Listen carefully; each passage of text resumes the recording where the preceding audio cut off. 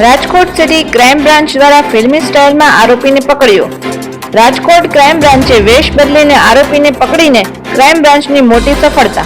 Double મર્ડરના ગુનામાં છેલ્લા 12 વર્ષથી વોન્ટેડ આરોપીને ગાઝિયાબાદ યુપી ખાતે ટીમ દ્વારા વેશ પલટો કરી પકડી પાડી કાયદેસરની કાર્યવાહી કરી। અધિકારીઓ વેશ પલટો કરી યુપીના ગાઝિયાબાદના રહ્યા હતા।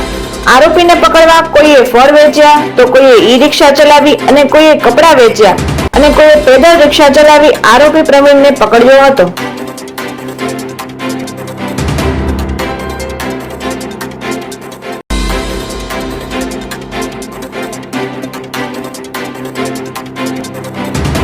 વર્ષ 2012 ની અંદર પ્રવીણ અને દીપક તે બંને દ્વારા પોતાના ફેમિલીની અંદર જ તે ઘર કંકાસને લઈને બે લોકોની હત્યા કરવામાં આવી હતી, જેની અંદર પ્રવીણની પત્ની જે છે મધુબેન અને કાકીજી સાસુ રંજનબેન આ બંનેની હત્યા થઈ હતી અને આ બંનેની હત્યા કર્યા બાદ આ પ્રવીણ ઉર્ફે પવન એ નાસી ગયેલો હતો અને જે તે સમયે 2012 ની અંદર એ પોલીસની પકડમાં આવેલ ન હતો।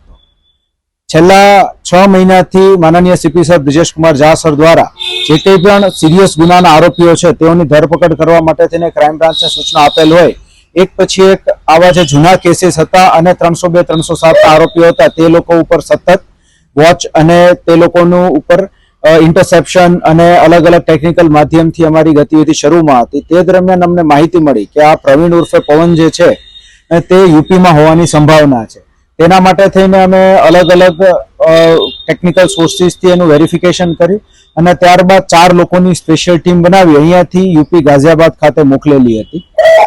એએસઆઈ જલદીપસિંહ, તે ઉપરાંત તેમની સાથે મોહિલરાજ, કૃષ્ણદેવસિંહ અને હરસુખભાઈ આ 4 લોકો ત્યાં ગયા અને ત્યાં જઈને વેશ પલટો કરીને સૌપ્રથમ તો એમણે વેરીફાઈ કર્યું કે ખરેખર આરોપી કઈ જગ્યાએ છે। વેરીફાઈ કરતા સમયે તેવું ધ્યાન પર આવ્યું કે તે ચાની એક ટપરી ચલાવી રહ્યો છે, તો પછી કોઈ ફેરિયા બનીને કોઈ શાકભાજીની લારી ચલાવીને એ રીતે જઈને અને કેમ કે 12 વર્ષનો સમય થઈ ગયો હતો, ચહેરો પણ બદલાઈ ચૂક્યો હતો, એટલે સૌપ્રથમ તો એ પવાના નામે ત્યાં ઓળખાતો હતો, એને વેરીફાઈ કર્યું કે આ એ જ વ્યક્તિ છે, એની સાથે વાતચીત કરી અને એકવાર 4 દિવસ આ બધું રેકી કર્યા બાદ કન્ફર્મ થયું કે આ વ્યક્તિ એ જ છે, ત્યારબાદ તુરંત જ તેની ધરપકડ કરીને કાયદેસરની કાર્યવાહી હાથ ધરવામાં આવેલી।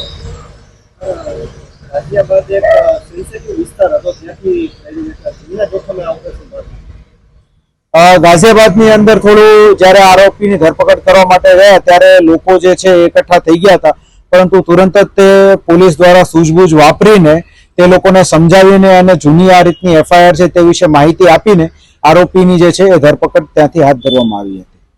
અહીંયા શું કરતો હતો સાહેબ આરોપી? અહીંયા રહેતો ત્યારે જે તે સમયે તે અહીંયા મજૂરી કામ એવું કરતો હતો અને ભાડે રહેતો હતો અને પછી તે આ મર્ડર કર્યા બાદ નાસી ચૂક્યો હતો। કારણ શું હતું મર્ડર કરવાનું? ઘર કંકાસની અંદર એણે બંનેનું મર્ડર કરેલું।